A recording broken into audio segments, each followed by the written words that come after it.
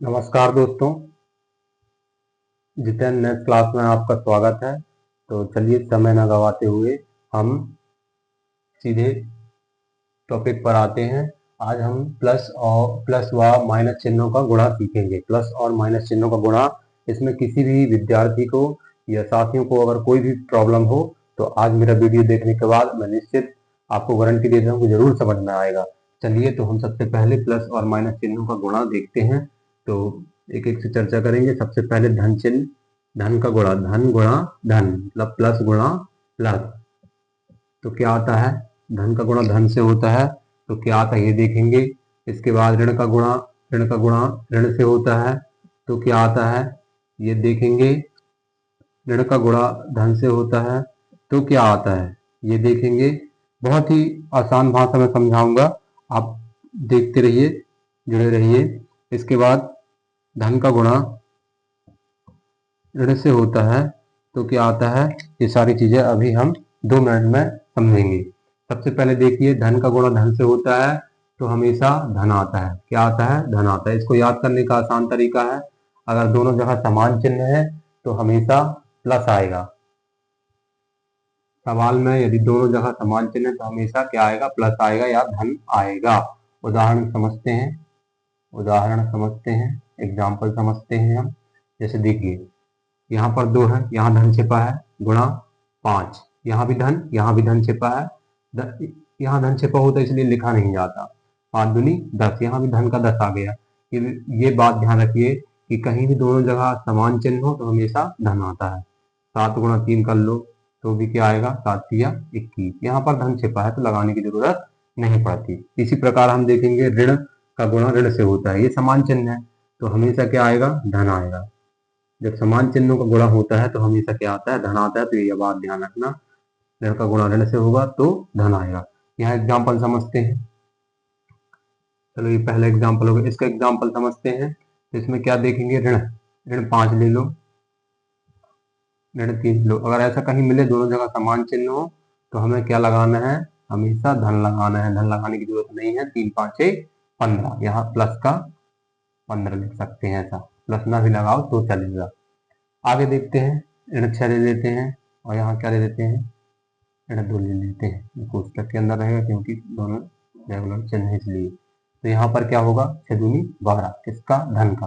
तो धन का 12 लिखने की जरूरत नहीं क्योंकि समान चिन्ह है। बस हमेशा एक बात याद रखिएगा कि अगर समान चिन्ह है दोनों जगह तो हमेशा हमारी हमारी जो वैल्यू आएगी हमेशा प्लस में आएगी। आगे देखते हैं, ऋण का गुणा धन से होता है तो क्या आता है? ऋण का गुणा धन से होता है, असमान चिन्ह है, कहीं भी असमान चिन्ह दिखे तो हमेशा हमें क्या लगाना है? धन लगाना है। चलिए एग्जाम्पल से समझते हैं इसको। ऋण 5 ले लो और धन का 1 ले लेते हैं। मान लो, देखो असमान चिन्ह है, ऋण का 5 है, यहाँ पर धन धन का 1 है, तो क्या आएगा हमारे पास? ऋण का 5 एकम 5, ऋण का आया। और आगे देखते हैं एक एग्जाम्पल और लेके, ऋण 7 गुणा धन का 4, 7 चौके 28। और चिन्ह कैसे लगाएंगे? क्योंकि यहाँ पर ऋण है इसलिए ऋण, एक जगह धन एक जगह ऋण है इसलिए।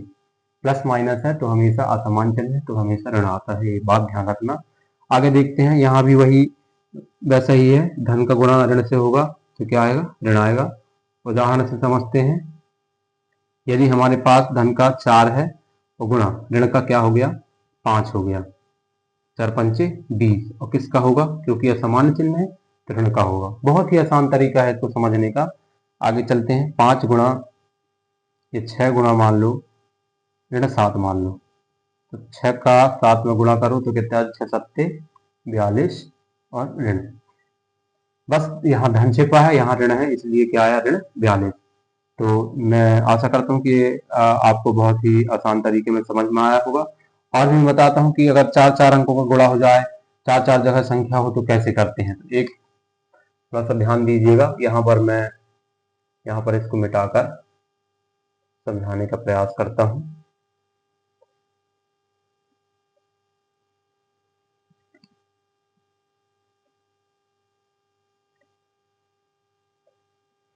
कितनी ही बड़ी संख्या का गुणा हो, चलो देखते हैं। जैसे ऋण 2 गुणा धन का गुणा ऋण 3 गुणा ऋण 1 मान लो, ऐसा गुणा हो कहीं। ये क्योंकि ये सिंप्लीफिकेशन में आता है, तो चाहे किसी भी परीक्षा का एग्जाम हो, किसी भी और कोई भी कॉम्पिटिटिव एग्जाम हो, उसमें सिंप्लीफिकेशन में ज़्यादातर ऐसे प्रश्न पूछे जाते हैं। तो यहाँ पर हमको क्या करना है, सबसे पहले देखना है चिन्ह कहाँ कहाँ है। तो यहाँ ऋण का चिन्ह है, यहाँ धन का चिन्ह है, यहाँ क्या है, ऋण का चिन्ह है, यहाँ क्या किसका चिन्ह है, ऋण का चिन्ह। तो हमने बताया अभी कि समान चिन्ह, अगर दो जगह समान चिन्ह हो तो ये धन बन जाता है, और ये क्या, ये यहाँ पर धन का गुणा होगा तो क्या हो जाएगा, ऋण हो जाएगा।